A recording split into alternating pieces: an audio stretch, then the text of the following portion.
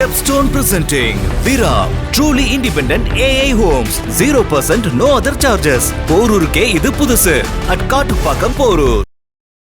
என்ன ஸ்ரீகாந்த் என்ன சொல்கிறாருன்னா, சம்பளத்துக்கு பதிலாக கொடுத்தாங்க அப்படின்னா, சம்பளத்துக்கு பதிலாக விஷம் கொடுத்துருவோன்னா குடிக்க போகிறீங்களா நீங்கள் ஒரு போதைப் பொருள் கொடுக்குறான்னா அதை வாங்கி நான் ஒரு முறை யூஸ் பண்ணேன், அதுக்கு பிறகு இன்னொரு யூஸ் பண்ணேன், 2 வாட்டி இது பண்ணேன், அதுக்கு பிறகு நான் அதுக்கு அடிக்ட் ஆகிட்டேன் அப்படின்னா நீங்கள் ஒரு தவறான இது தானே. ஒரு குடும்பம் இருக்குது, ஃபேமிலி குழந்தைங்க இருக்காங்க, இதெல்லாம் தெரிஞ்சும் கூட நீங்கள் அந்த பயன்படுத்துறது மிகப்பெரிய தவறான செய்கை. அதை விட்டுட்டு நம்ம சினிமாவில் நடிக்க வந்தோம், நாம் தான் ஹீரோ, நம்ம சொல்கிறது தான் அப்படிங்கிற மாதிரி கிடையாது. இவங்களை பார்த்துக்கின்ற ரசிகர்கள் கெட்டு போகக்கூடாதுன்னு தான் எம்ஜிஆர் நினைப்பார். இப்போது அந்த காலத்தில் பார்த்தீங்கன்னா, இப்போவும் சில இடங்களில் பார்த்தீங்கன்னா எம்ஜிஆர் போஸ்டர் பார்த்தா பீடி குடிக்கிறத மறைக்கிற ஆட்களும் இருக்காங்க. இன்றைய சினிமாவில் பார்த்தீங்கன்னா ஒரு பேட்டியில் கூட சொல்லியிருப்பாங்க, இயக்குனர் பாலா அவர்கள் சூர்யா சாரை தம் அடிக்கிறமான காட்சிகளுக்கு பழக்கிறாரு, உண்மையாலுமே தம் அடிக்கிற மாதிரி இருக்கணுன்றதுக்காக மாத்துறாருன்றாங்கல்ல. இப்போ திரைப்படத்திற்காக இயக்குனர்களோ இல்லை மற்றவர்களோ இதில் அவங்கள கட்டாயப்படுத்தி பண்ண வைக்கிறாங்களா? மார்கன் பட விழாவில் விஜய் ஆண்டனி அவர்கள் பேசியிருக்காரு. என்னன்னு பார்த்தீங்கன்னா, இது மாதிரி போதை பழக்கன்றது சினிமா துறையில் இன்னைக்கு இல்லை, நீண்ட காலமாகவே இருக்குது. ஸோ இதனால இது பெரிய விஷயமாலாம் பார்க்க முடியாதுன்ற மாதிரி சொல்லியிருக்காரு சார். இல்லை, ரொம்ப நாளாக இருக்குது. ஆனால் சினிமா நடிகர்களை நீங்கள் நடிகர்கள் அப்படின்னு வர்றீங்க, கோடிக்கணக்காக சம்பளம் வாங்குறீங்க, நீங்கள் ஒழுக்கமாக நீங்கள் ஒழுக்கமாக இருந்தால் தான் நீங்கள் மற்றவங்களுக்கு அட்வைஸ் பண்ணுறீங்களா, அட்வைஸ் பண்ணுற மாதிரி தான் இந்த படத்தில் நடிக்கிறீங்க. இப்படி பண்ணாத அப்படி பண்ணாத, நீங்கள் முதல்ல ஒரு ஒழுங்காக இருக்கணும்ல. அட்வைஸ் பண்ணுறவனே ஒழுங்காக இல்லைன்னா அது என்ன வழக்கமான இது அப்படின்னு. அப்போ அயோக்கியத்தனம்னு நீங்களும் அயோக்கியனமாக இருந்து அயோக்கியம் வெளியே காட்டிக்கிங்க.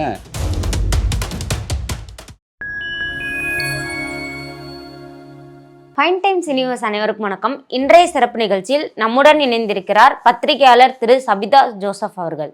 வணக்கம் சார். சமீபத்தில் இந்த விஷயம் ரொம்ப பரபரப்பாக போயிட்டு இருக்கு அப்படின்னே சொல்லலாம். நடிகர் ஸ்ரீகாந்த் அவர்கள் போதைப் பொருள் பயன்படுத்தியிருக்காரு அப்படின்னு சொல்லிட்டு கைது செய்யப்பட்டு இப்போ ஜெயிலில் அடைச்சிருக்காங்க. அவர் இப்போ நான் தவறு செஞ்சுட்டேன் அப்படின்ற மாதிரி ஜாமீன்லாம் கேட்டுட்டு இருக்காங்க. இதற்கிடையில பார்த்தீங்கன்னா கிருஷ்ணா அவர்களும் போதைப் பொருள் எடுத்திருந்திருக்காருன்ற மாதிரி தகவல்லாம் வந்திருக்குல்ல சார். அவர் போதைப் பொருள் பயன்படுத்தி இருக்காரா சார்? பயன்படுத்தி இருக்கலாம். ஏற்கனவே ஒரு 45 நாள் தானே மினிமம் அது இருக்கும் உள்ள. அப்படி சப்போஸ் இது பண்ணியிருந்தா இவர் இதில் இருந்தார், பயன்படுத்தினாரா என்னன்னு தெரியல. அதை அவங்களுடைய மருத்துவ ஆய்வு தான் அதை சொல்லி ஆகணும். இருக்குன்னு சொல்கிறாங்க, அது அவர் கைது செய்யப்படலாம் அப்படின்றாங்க. ஆனால் என்னன்னு தெரில, அது இன்னும் முழுசாக வரல. அதுக்கான நடந்துகிட்ருக்கு. அவர் கேரளாவில் இருந்தார், ஷூட்டிங்கில் இருந்தார். ரொம்ப நாள் கேரளாவில் இருக்கும்போது ஷூட்டிங்கில் கொஞ்சம் அங்கேயே ட்ரிங்க்ஸ் யூஸ் பண்ணாரா என்னன்னு தெரில. அது இது யூஸ் பண்ணாரான்னு தெரில. ட்ரிங்க்ஸ்னால் ஓகே, அது வேறு. இது வேறு தானே, இது குக்கிங்ஸ் தானே, அதெல்லாம் உங்களுக்கு இதாகிட்ருக்கும். என்ன ஸ்ரீகாந்த் என்ன சொல்கிறாருன்னா, சம்பளத்துக்கு பதிலாக கொடுத்தாங்க அப்படின்னா, சம்பளத்துக்கு பதிலாக விஷம் கொடுத்துருவோன்னா குடிக்க போகிறீங்களா நீங்கள்?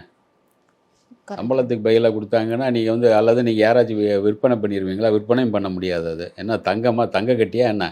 தங்க கட்டி கொடுத்துருந்த அளவு தங்கத்தை அந்த சம்பளத்துக்கு பதிலாக கொடுத்துருக்காங்கன்னா நீங்கள் வீட்டில் கொண்டாந்து வைக்கலாம், அல்லது மாலை ஏதாச்சும். அது தங்கமாக, கடத்தல் தங்கமாக, அதுவும் ஒரு இது இருக்குது. அந்த மாதிரி தங்கமும் ஏதாச்சும் வேறு ஒரு நல்ல பொருளாக கொடுத்துருந்தா உங்களுக்கு ஒரு யூஸ் ஆகும் வீட்டுக்கு. நீங்கள் ஒரு போதைப் பொருள் கொடுக்குறான்னா அதை வாங்கி நான் ஒரு முறை யூஸ் பண்ணேன், அதுக்கு பிறகு இன்னொரு யூஸ் பண்ணேன், 2 வாட்டி இது பண்ணேன், அதுக்கு பிறகு நான் அதுக்கு அடிக்ட் ஆகிட்டேன் அப்படின்னா நீங்கள் ஒரு தவறான இது தானே. ஒரு குடும்பம் இருக்குது, ஃபேமிலி குழந்தைங்க இருக்காங்க, இதெல்லாம் தெரிஞ்சும் கூட நீங்கள் அந்த பயன்படுத்துறது மிகப்பெரிய தவறான செய்கை. அவர் அந்த மாதிரி தவறான ஆரம்பத்தில் சில அந்த இளங்கன்று பயம் அறியாதும்பாங்களே, அந்த மாதிரியெல்லாம் அவங்க ஆட்டமெல்லாம் போடுவாங்களே, அந்த ஆட்டம் போட்ட அதே ஞாபகத்தில் சரி நம்ம சினிமாவில் இருக்கோம், இது பண்ண யார் நம்ம டெஸ்ட் பண்ண போகிறோம், வர போகிறோம் அப்படின்னு நினச்சிடுறதா இவங்க. ஏன்னா ஒரு காலத்தில் சினிமாங்கிறது ஒரு புனிதமான ஒரு இடமாக இருந்தது. எம்ஜிஆரை பொறுத்த வரைக்கும் நீங்கள் அவர் இருந்த காலம் வரைக்கும் சினிமாவில் யாருமே அவருடைய படத்தில் அவர் சொன்ன தகவல் அதிகமாக பெரும்பாலும் குடிக்காதீங்க, அவரை ஏன் பான் பராக் போகிறத பற்றியும், பான் பராக் இப்போ அன்றைக்கி வெத்தலை போடுறதையும் அவர் பெருசாக காட்ட மாட்டார், பீடி சிகரெட்டையும் காட்ட மாட்டார்.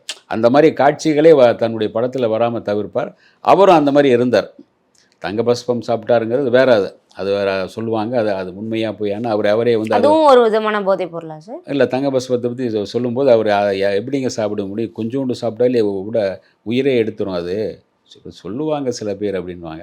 ஏன்னா அவர் கொஞ்சம் அந்த ஆரம்பத்தில் அந்த நிறமே அவருக்கு நிறமே ஒரு ராஜகலை, ஒரு ராஜ குடும்பத்தை சேர்ந்த அப்படிங்களா அந்த மாதிரி ஒரு நிறம் இருந்ததுனால அவங்களுக்கு ஈஸியாக அது இருந்தது. அந்த அழகு இருந்தது, முடிஞ்சது. அப்புறம் பாடியும் நல்லா எக்ஸசைஸ் பண்ணி வச்சுருப்பார். அவர் எந்த மாதிரி அந்த தீங்கான அந்த பீடி, சிகரெட், மது எதுக்கும் போனது கிடையாது. அதே சமயத்தில் அவருடைய படத்தில் நடிக்கிறவங்களும் கூட குடிக்கிறவங்களாக இருந்தாலும் கூட அவர் கூட நடிக்கும்போது அவர் குடிக்க மாட்டாங்க. சாயந்தரம் போய் குடிச்சிக்கலாம் அப்படின்னு அவர் முன்னாடி சின்னவர் இருந்தால் சின்னவர் திட்டுவார், இல்லாட்டி வெளியே போன்னு துரத்திடுவார் அப்படிம்பார். தேங்காய் சீனிவாசன் தான் அதில் வந்து ரொம்ப அது அவங்கெல்லாம் வந்து சாராயம் தான், சாராயம், பட்டு சாராயம், அப்புறம் அந்த கல்லில் அந்த அப்புறம் ஃபாரின் சரக்கு இதெல்லாம் போட்டிருப்பார். இந்த மாதிரி எல்லாம் அவங்க போனதுக்கு அந்த அளவுக்கு அவங்க போகல. அவங்க சாதாரணமாக போவாங்க. அப்படி எப்போ பார்த்தாலும் தேங்காய் சீனிவாசன் அதிகமாக குடிப்பார். எப்போ ஒரு குடிகாரன் ஒரு படத்துக்கு போய் ஒரு தொடக்க விழா போயிருந்தார் எம்ஜிஆர். யார் ஹீரோ அப்படின்னா தேங்காய் சீனிவாசன். நல்ல தலைப்பு தான் அப்படின்னாரு. ஏன்னா அப்பவும் பார்த்தா குடிச்சு தான் உள்ளே வந்திருக்காரு தேங்காய் சீனிவாசன்.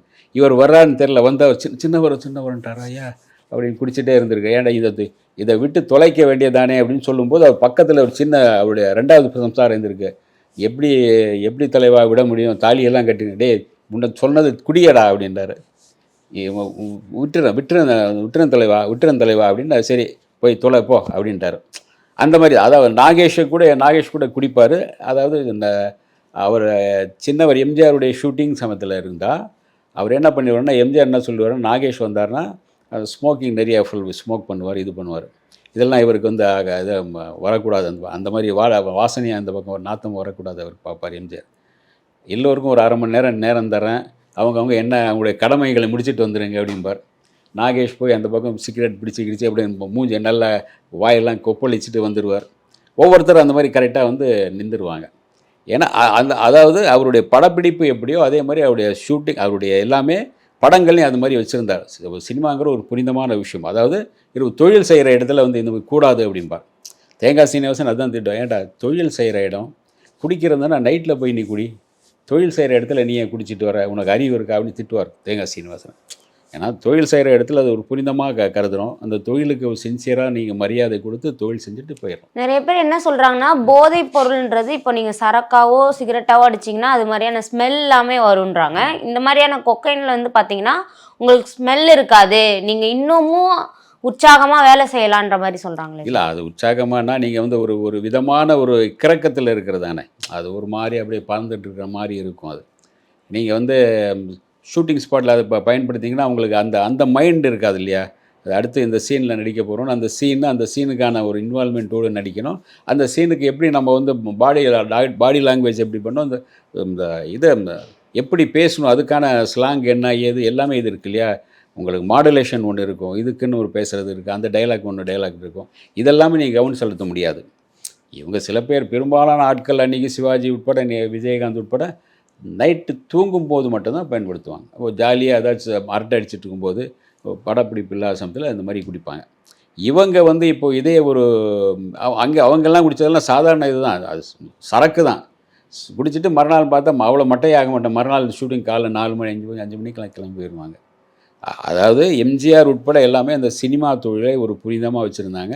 சினிமாவுக்குள்ளே வர்ற நடிகர்களே வந்து மக்கள் வந்து ஒரு தெய்வமாக கொண்டாடினாங்க. அப்போ ஆட்சியெல்லாம் கொடுத்துருக்காங்க மக்களை.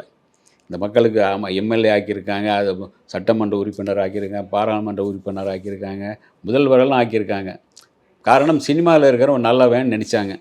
அவன் அயோக்கிய பையங்கிறது இப்போ தானே தெரியுது. நிறைய பேர் வந்து இந்த மாதிரி கிடிச்சு வந்து உங்களுக்கு ஃபேமிலியும் இதனால் பாதிக்கும், இவங்களை நம்பி இருக்கிற குடும்பங்கள், இந்த குழந்தைகள் என்னுடைய எதிர்காலம் பாதிக்கும், இவங்களுடைய உடல்நிலையும் பாதிக்கும். இதெல்லாம் கவனத்தில் வச்சுக்கணும். இவங்க அதை விட்டுட்டு நம்ம சினிமாவில் நடிக்க வந்தோம், நாம் தான் ஹீரோ, நம்ம சொல்கிறது தான் அப்படிங்கிற மாதிரி கிடையாது. இவங்களை பார்த்துக்கின்ற ரசிகர்கள் கெட்டு போகக்கூடாதுன்னா எம்ஜிஆர் நினைப்பார். இப்போது அந்த காலத்தில் பார்த்தீங்கன்னா, இப்போவும் சில இடங்களில் பார்த்தீங்கன்னா எம்ஜிஆர் போஸ்டர் பார்த்தா பீடி குடிக்கிறத மறைக்கிற ஆட்களும் இருக்காங்க. அவ்வளோ மரியாதை. ஏன்னா அவர் வந்து ஒரு படத்தில் வந்து ஒளி விளக்கு படத்தில் நான் குடிக்கிற மாதிரின்னு தைரியமாக இல்லை நான் குடிக்க மாட்டேன்ட்டார். சரி, அது பிறகு வேறு மாதிரி அதை மாற்றி அதை வந்து குடியை நீங்கள் வெறுக்கிற மாதிரி வச்சிடலாம் அப்படின்னு இப்படின்னு மாற்றி தான் இது பண்ணாங்க. ஏன்னா ஹிந்தியில் வந்து தர்மேந்திரா குடிச்சிட்டு வந்து அந்த ஹீரோயினை இது பண்ணுற மாதிரி ஆகிடும். இந்த மாதிரி இதில் மாற்றிருப்பார், குடிக்கிற மாதிரி எல்லாமே இருக்கும். அதே மாதிரி பீடி நீங்கள் கையில் வச்சு பீடி குடிக்கக்கூடாது, பீடியை வந்து வாயில் வச்சுட்டே இருக்கிற மாதிரி அதெல்லாம் பண்ண மாட்டேன்ட்டார். அது என்ன பீடி வாயில் அது என்ன ஸ்டைலாக அதெல்லாம் தேவையில்லை. இல்லை குச்சி அதெல்லாம் தேவையில்லை. பீடி நான் வாயில் வச்சுட்ருக்க மாதிரி நடித்தாலும் கூட என்னுடைய ரசிகர்கள் பார்த்து நானும் பீடியை வாயில் வச்சுட்டே அப்படி நடந்துட்டு போவான், அது ஒரு இதாக இருக்கும், அவருடைய ஃபேமிலியை பாதிக்கும் அப்படின்லாம் எம்ஜிஆர் நினைச்சார். இவங்க அப்படி நினைக்காதனால இவங்க ஃபேமிலியும் விட்டுறாங்க, மக்களுடைய இவங்களை பார்க்க வர்ற மக்களையும் கொஞ்சம் குழப்பி அவங்கள ஒரு குடிகாரர்களாக மாற்றிடுறாங்க. இன்றைய சினிமாவில் பார்த்தீங்கன்னா ஒரு பேட்டியில் கூட சொல்லியிருப்பாங்க, இயக்குனர் பாலா அவர்கள் சூர்யா சாரை தம் அடிக்கிறமான காட்சிகளுக்கு பழக்கிறாரு, உண்மையாலுமே தம் அடிக்கிற மாதிரி இருக்கணுன்றதுக்காக மாத்துறாருன்றாங்கல்ல. இப்போ திரைப்படத்திற்காக இயக்குனர்களோ இல்லை மற்றவர்களோ இதில் அவங்கள கட்டாயப்படுத்தி பண்ண வைக்கிறாங்களா? இல்லை, சும்மா ஒரு புகை வர்ற மாதிரி வேறு ஏதாச்சும் வச்சுருவாங்க, அதை வச்சு பண்ண மாட்டாங்க. ஒரு புகை வர்ற மாதிரி ஒரு சீனு, அதை ஒரு கிராஃபிக்ஸ், இன்றைக்கி தான் கிராஃபிக்ஸ்க்கு நான் வந்தாச்சு, நீங்கள் எதை வேணாலும் குடிக்கும்போது அது தெரிஞ்சிடும், அது அந்த மாதிரி வச்சுருப்பாங்க. அது இது கிடையாது. சும்மா ஒரு சீனில் நீங்கள் புகை வரணும், குடித்த மாதிரி தெரியணும் அப்படின்னு அவர் ரியலிஸ்டிக்காக இருக்கணும்னு பார்ப்பார், அவ்வளோதான். பாலா அதுதான், நீங்கள் இப்போ போனீங்கன்னா உங்களுக்கு அப்படியே ஒரு மண் எடுத்து உங்கள் மூஞ்சியில் பூசி கருப்பாக்கிடுவார். அதான் ஒவ்வொரு ஹீரோயின் அவர்கிட்ட போனாலே பயப்படுவாங்க.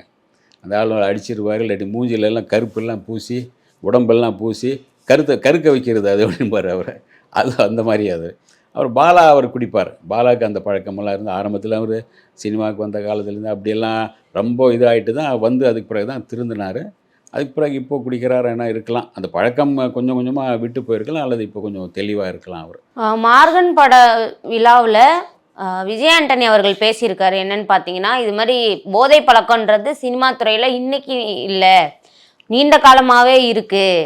ஸோ இதனால இது பெரிய விஷயமாலாம் பார்க்க முடியாதுன்ற மாதிரி சொல்லியிருக்காரு சார். இல்லை, ரொம்ப நாளாக இருக்குது.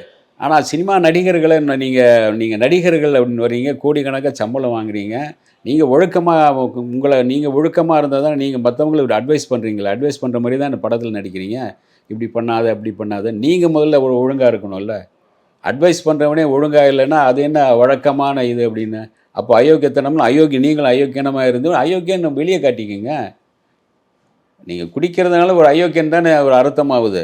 நீங்கள் அப்படி ஒரு நல்லவன் ஏன் வேஷம் போடுறீங்க? நான் நல்லவன், எல்லோ பெண்ணை காப்பாற்றுறேன், அவரை காப்பாற்றுறேன், இவரை காப்பாற்றுறேன், எதுக்கு வேஷம் போடுறீங்க? அப்போ நீங்கள் சினிமாவில் அது இருக்குன்னா அது தப்பான அர்த்தம், தப்பான விஷயந்தான். அது ரொம்ப காலமாக இருக்கலாம். ஆனால் அந்த காலத்தில் இருக்கும்போதெல்லாம் ஒரு அதாவது ஒரு நைட்டில் தான் குடிப்பாங்க, ஒரு குறிப்பிட்ட நேரம் தான், அதுக்கு ஒரு நேரத்தை இது பண்ண மாட்டாங்க. இது மாதிரி காஸ்ட்லியான இதெல்லாம் ஆயிரக்கணக்கான இதுக்கெல்லாம் வாங்க மாட்டாங்க. இப்போ விஜய் குடிக்கிறாருன்னா அவர் ஒரு அவருடைய அந்த பாட்டிலுடைய விலையை 60,000 ரூபா 70,000 சொல்கிறாங்க. அவர் அதை வீட்டுக்குள்ளே அவர் காமாக இருக்கும்போது அவர் பாட்டில் சைலண்டாக அப்படியே ஹாயாக அப்படியே இருந்துடுவார். அதில் நாற்ற வாசம் வராது, இதுவும் வராது, சும்மா லேசாக அப்படியே பறக்கிற மாதிரி ஒரு மிதப்பாக அப்படியே தூங்கிடுவோம், அதோடு போயிடுவாங்க. இதெல்லாம் அவ்வளோதான். இவங்க வெளியே இந்த அளவுக்கு சம்பளம் தரலன்னு நீங்கள் போதைப் பொருள் கொடுத்துட்டு நான் யாரும் கேட்கவே இல்லையே, இந்த மாதிரி யாரும் நடக்கலையே. இப்போ உங்களுக்கு ஏன் அந்த இது வந்தது? சம்பளம் கொடு, இல்லாட்டி நான் தயாரிப்பாளர் சங்கத்தில் போய் உனக்கு புகார் சொல்கிறேன்னு சொன்னால் போயிடும். அதை விட்டுட்டு சம்பளம் தரல, அதை கொடுத்தேன் அதனால் குடித்தேன் அப்படின்னா அது அதாவது சின்ன பிள்ளைத்தனமாக இருக்காது. இது ஒரு ஏற்றுக்கொள்கிற வார்த்தையே கிடையாது. இந்த லட்சணத்தில் நான் என் குழந்தைய பார்த்துக்கணும் அப்படின்னு என்ன நீங்கள் குழந்தைய பார்த்துக்கிறீங்க?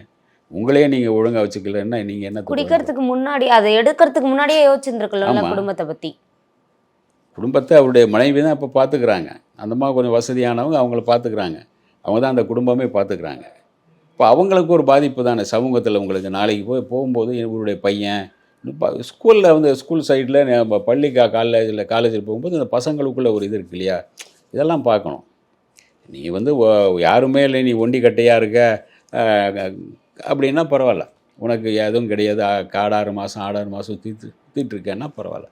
உனக்குன்னு ஒரு ஃபேமிலி இருக்குது, ஒரு நல்ல குடும்பம் இருக்குது, ஒரு பேங்கில் அவங்க அப்பா இருந்தார், பிராமின் சமூகத்தில் இருக்க, அதெல்லாம் இருக்கும் இல்லையா, ஒரு நல்ல சமூகத்துலேருந்து வந்திருக்க. அந்த கட்டுப்பாடுகளோடு இருக்கணும்ல, குறைந்தபட்ச கட்டுப்பாடு இருக்கணும்ல. இவங்க சினிமாவை இவங்க என்றைக்கும் அன்றைக்கும் இருந்துச்சு, என்றைக்கும் இருந்தது இல்லை, இருக்குது. ஆனால் அது வெளிப்படையாக நீங்கள் கொண்டு வந்தீங்கன்னா அவங்கள சினிமாக்காரன்னு மனுஷன், அதாவது மக்கள் நம்ப மாட்டாங்க, மதிக்க மாட்டாங்க. இவன் குடிகார பையன் தான் சொல்லுவாங்க, நடிகன்னு சொல்ல மாட்டாங்க, குடிகார பையன். அப்படின்னு தான் சொல்லுவாங்க. அதுதானே நீங்கள் அவங்க அதுதான் ஓகேன்னா நீங்கள் குடிங்க. அப்போ வந்து அந்த சினிமாவில் வந்து தர்ம நியாயங்கள் அதெல்லாம் பேசாதீங்க. சினிமாவில் இப்போ இந்த பார்ட்டி கலாச்சாரம்ன்ற மாதிரி எடுத்துகிட்டு வந்திருக்காங்கல்ல சார், இதை எப்படி பார்க்குறீங்க? ஏன்னா இந்த பார்ட்டி கலாச்சாரத்தில் என்ன சில பேர் என்னென்னா குறிப்பிட்ட ஒரு ஏதாச்சும் ஒரு ஃபங்க்ஷன் பண்ணுவாங்க, அது குடிச்சிட்டு அதோடு முடிச்சுடுவாங்க. அது வெளியே வந்து பெருசாக இதாகாது. ஆனால் வந்து இப்போதைக்கு இவங்க தான் கொஞ்சம் அதிகமாக பண்ணுறாங்க. முன்னே அந்த காலகட்டங்களில் அந்த மாதிரி பார்ட்டி கலாச்சாரம் கிடையாது. இப்போ இந்த யூத்தாக வந்த பிறகு இவங்கெல்லாம் அந்த ஃபாரின் கல்ச்சர் அந்த கல்ச்சர் அப்படின்னு சொல்லிட்டு அந்த பார்ட்டி கலாச்சாரத்துக்கு வந்து ஆட்களை மாற்றி இவங்கள கட்டிப்பிடிச்சி அவங்கள கட்டிப்பிடிச்சி என்னென்னமோ கன்றாவியெல்லாம் நடந்துகிட்டு இருக்கும். அங்கே தான் அந்த மாதிரி தான் நடக்குது அப்படின்னு அந்த சுச்சித்திராலாம் திட்டிருப்பாங்க. அதுதான் பார்ட்டி கலாச்சாரத்தில் எல்லாமே இதெல்லாம் குக்கிங் தர்றாங்க இது தர்றாங்க அப்படின்னு அவங்க தான் சொல்லிட்டு இருந்தாங்க. அதை வந்து உண்மைங்கிற மாதிரி இப்போ நடந்துட்டு இருக்காது. நிறைய பேர் வந்து பாலிவுட்லேருந்து காப்பி அடித்து, அதாவது அந்த சைடில் கொடுக்குற ட்ரக் டீலர்ஸ் தான் இங்கேயுமே சப்ளை பண்ணுறாங்கன்ற மாதிரிலாம் பேசுகிறாங்க. இருக்கலாம். பாலிவுட்டில் உங்களுக்கு வந்து அவங்க வந்து என்னென்னா சினிமா வந்து ஒரு படம் எடுக்க எப்படி 2 வருஷம் எடுப்பாங்க. இங்கே வந்து 6 மாதத்தில் ஒரு மாதத்தில் 2 மாதத்தில் 3 மாதத்துல ஒரு படம் எடுக்கக்கூடிய சூழ்நிலை இங்கே. பாலிவுட்டுடைய உலக அளவில் போகும். அது அந்த ஹீரோக்கெல்லாம் பெரும்பாலும் 12-1 மணிக்கு தான் நடிக்கவே வருவாங்க ஸ்பாட்டுக்கே. நீங்கள் காலைல 7 மணிக்கு இருந்தாகணும். அந்த மாதிரி இங்கே இருக்கிற இது வேறு, அங்கே இருக்கிறது வேறு. அதுக்கான தளங்கள் வேறு பெருசு. அங்கே இருக்கிறவங்களும் அவங்களுக்கு அந்த பழகிட்டாங்க. அவங்களுக்கு அங்கே குடி கூத்து எல்லாம் பழகிருப்பாங்க. அதை வந்து நீங்கள் அதே ஃபாலோ பண்ணக்கூடாது. ஆனால் அங்கேருந்து கொண்டு வந்துடும் ஈஸி அது. ஸோ இந்த நடிகர் அப்படின்னா அந்த நடிகரை ஃபாலோ பண்ணி அப்படியே கொண்டு வந்துடுவாங்க. ஒருத்தர் வாங்கும்போது அவர் இன்னொருத்தருக்கு சொல்ல, அவர் இன்னொருத்தரை சொல்ல, அப்படி தான் போகும் அது. இப்போ கிருஷ்ணா விஷயம் அதுதானே சொல்கிறாங்க. அவருடைய நண்பர், நான் நண்பர்ன்னு தான் சொல்கிறார் அவர். அவரையும் இப்போ சோதனை பண்ணிகிட்ருக்காங்க. சில நடிகைகளும் சொல்கிறாங்க. அது இன்னும் வெளிப்படையாக வரல. அது யாருன்னு வரணும். நடிகைகள் 2-3 பேர் சொல்கிறாங்க. அப்புறம் இன்னும் 2-3 பேர் நடிகர்கள் சொல்லிகிட்டு இருக்காங்க. அது யாருன்னு இனிமேல் தான் வந்தாகணும். போலீஸ் ப்ராப்பராக சொல்ல போகிறாங்களா, போலீஸ் அதை விசாரிச்சுட்டு இருக்காங்கன்னு நினைக்கிறேன். மற்ற மாநிலங்களில் பார்த்தீங்கன்னா ஒரு கமிட்டி மாதிரி வச்சு இது மாதிரி விஷயங்களுக்கு வந்து சோதனைகள்லாம் மேற்கொண்டு இருக்காங்க. அது மாதிரியான கமிட்டி வந்து தமிழ்நாட்டில் செய்வாங்களா சார்? தமிழ்நாட்டில் அந்த கமிட்டி யாரும் வைக்கல. இன்னும் வைக்கலாம். அதாவது சினிமாக்குள்ளே அவங்களுக்குள்ள ஒரு கமிட்டியாவது ஒரு இது வைக்கலாம். ஆனால் இவங்க வந்து அதுக்கெல்லாம் இது பண்ண மாட்டாங்களே. அதுக்கெல்லாம் நான் ஏன் போகணும், நான் குடிக்கிறேனா அப்படின்னு சொல்லுவாங்க. நான் குடிக்காரனா, நான் எதுக்கு அங்கே போய் உட்காரணும் அப்படிம்பாங்க. இப்படி தான் கௌரவத்தை பார்த்து தான் இது பண்ணுவாங்க இவங்க. அது வந்து அந்த மாதிரி கமிட்டி வச்சாலும் கூட, அதாவது நீங்களாக தான் இது முடிவு பண்ண வேண்டியது. நான் குடிக்க மாட்டேன்னா நீங்கள் தான் குடிச்சாகணும். இல்லை நான் நான் வந்து குடிப்பேன், ஆனால் உங்கள் முன்னாடி குடிக்க மாட்டேன் அப்படின்னா நீங்கள் அது இதே கிடையாது. இங்கே சொல்லிவிட்டு அங்கே போய் குடிப்பாங்கள்ல. பொய் சொல்ல முடியாது. அங்கே பொய் சொல்ல வேண்டிய நிர்பந்தங்கள் நிறைய வந்துடும். இல்லை நான் குடிக்க மாட்டேன்னு இங்கே சொல்லிட்டு போயிட்டு தனியாக போய் குடிப்பாங்க. அதை வேறு இடத்துல குடிப்பாங்க. அப்புறம் மாட்டிக்குவாங்க. அதுக்கான பரிசோதனை மாதிரி இங்கே கமிட்டி வச்சாலும் கூட கமிட்டிக்கு இவங்க வந்து இது பண்ணணும், ஒத்துழைப்பு தரணும்ல வந்து. அதுதான் நீங்கள் அவுடோரில் ஷூட்டிங்னா முதல்ல அந்த கமிட்டி அங்கேயும் இது பண்ணணும். கமிட்டிக்கிட்ட வந்து இப்போ இது பண்ணிட்டு போகணும். அதெல்லாம் பண்ண மாட்டாங்க இவங்க. என்றைக்குமே அதுக்கெல்லாம் செயல்பட்டு அதுக்கெல்லாம் ஒத்துழைப்பாங்க அப்படின்னு சொல்ல முடியாது இவங்க. இப்போ சமீபத்தில் வந்து இந்த கொக்கைன்றது வந்து ரொம்ப பிரபலமாக இருக்குது. அப்போ இருக்கவங்கள அதிகமாக யார் சார் இது மாதிரி பயன்படுத்தி இருந்துட்டு? கொக்கைன் யாரும் அதிகமாக பயன்படுத்தலை அன்றைக்கெல்லாம் யாரும் பெருசாக. உங்களுக்கு வந்து அன்றைக்கி தியாகராஜ பாகவதர் இவங்க எல்லாமே பட்டச்சாராயம் தான் குடிச்சிட்டு இருந்தாங்க. கல் குடிச்சிட்டு இருந்தாங்க நிறைய பேர். சில பேர் கல் நல்லது அப்படின்னு குடிப்பாங்க சில பேர். இப்போ நாகேஷ், தேங்காய் சீனிவாசன் இவங்க எல்லாமே ஷூட்டிங்கு அதை முடிச்சுட்டு அவங்க சாப்பிடுவாங்க. சில நேரம் ஷூட்டிங் ஸ்பாட்டுக்கே சாப்பிட்டு வருவாங்க இவங்க. இன்னும் சில பேர் சிவாஜி உட்பட அவங்கெல்லாம் வந்து நைட்டில் முடிஞ்ச பிறகு ஒரு ரிலாக்ஸுக்காக அல்லது உடல் வலி எல்லாம் போக ரிலாக்ஸுக்காக பண்ணுவாங்க. அதெல்லாம் இதை ஒரு தொழிலாக வச்சுக்க மாட்டாங்க. எப்போவாச்சும் ஒரு முறை தான் அது. நைட்டில் தான் மற்றவங்களுக்கு தெரியாமல் தான் இருக்கும். இவங்கெல்லாம் பண்ணும்போது யாருக்கும் தெரியாது. அந்த மாதிரி தான் பண்ணுவாங்க. இவர்களுக்கான போதைப் பொருள் சப்ளை எங்கேருந்து சார் கிடைக்கிது இவங்களுக்கு? அதுக்கான ஒரு ஜானி அப்படின்னு யாரோ பிடிச்சிருக்காங்க. அதுலேருந்து இங்கே அதிமுகவை சேர்ந்த பிரசாத் பிடிச்சிருக்காங்க. அவர் அப்படி ஒவ்வொருத்தராக இது பண்ணுறது தானே. அங்கேருந்து ஒருத்தர் இருப்பார், அங்கே மாற்றி வந்துகிட்டே இருப்பாங்க. ஒரே இடத்துல இருக்க மாட்டாங்க. இங்கேருந்து டி நகர் வரைக்கும் ஒருத்தர் இருப்பார், அங்கேருந்து ஆயிரம் விளக்கு வரைக்கும் ஒருத்தர் இருப்பார், பீச்சுக்கு வரைக்கும் ஒருத்தர் இருப்பார். மாறிட்டே இருப்பாங்க. ஒரே ஆள் எல்லா இடத்துலையும் போனாங்கன்னா ஈஸியாக மடிக்கிடுவாங்க. அதனால் வந்து இவங்க ஆட்கள் மாறிட்டே இருப்பாங்க. இப்போ எப்படி பஸ்ஸில் பிட் பாக்கெட் அடித்தாங்கன்னு என்ன பண்ணுவாங்கன்னா, அடிச்சுட்டு அவன் வைக்க மாட்டான், டக்குன்னு வீசுவான், அவன் பிடிச்சிக்குவான். அங்கேருந்து இன்னொருத்தன்ட்ட வீசுவான், அவன் பிடிச்சிட்டு அவன் இறங்கிடுவான் அதோடு சரி. அடுத்த ஸ்பாட்டில் இவன் இறங்கி அப்புறம் போய் பார்த்துக்குவாங்க. நீங்கள் அதுக்குள்ளே நீங்கள் தேட முடியாதுல்ல, அதுக்குள்ளே தெரியாது. தெரிஞ்ச பிறகு சத்தம் போடும்போது யார்ட்டையும் இருக்காது. அவன் டக்குன்னு கை மாறி போயிட்டே இருக்கும். இவங்களே வந்து அவனை பிடின்னு இவங்களே 2 பேர் போவாங்க பின்னாடி. நாங்கள் பிடிச்சிட்டு வரோம் சார்னு போயிட்டு அவன் துரத்திட்டு போயிட்டு அவன் போயிடுவான். 3 பேரும் சேர்ந்து போயிடுவான். இதுதான் அது. இதே மாதிரி தான் அவங்களுக்கு ஒரே எந்த இடத்துலேருந்து வருதுன்னு அவங்களுக்கு தான் தெரியும். ஆனால் அவங்களும் அவங்க தான் அங்கேருந்து தான் வருதுன்னு சொல்ல முடியாது. அவனுக்கு இன்னொருத்தன் இருப்பான். இது வந்து சங்கிலி தொடர் மாதிரி போயிட்டே இருக்கும். ஒரு பெரிய புதையல்லேருந்து அங்கேருந்து உள்ளேருந்து வர்ற மாதிரி தான். இதுவரை எங்களுடன் பல்வேறு கருத்துக்களை பகிர்ந்தமைக்கு நன்றி.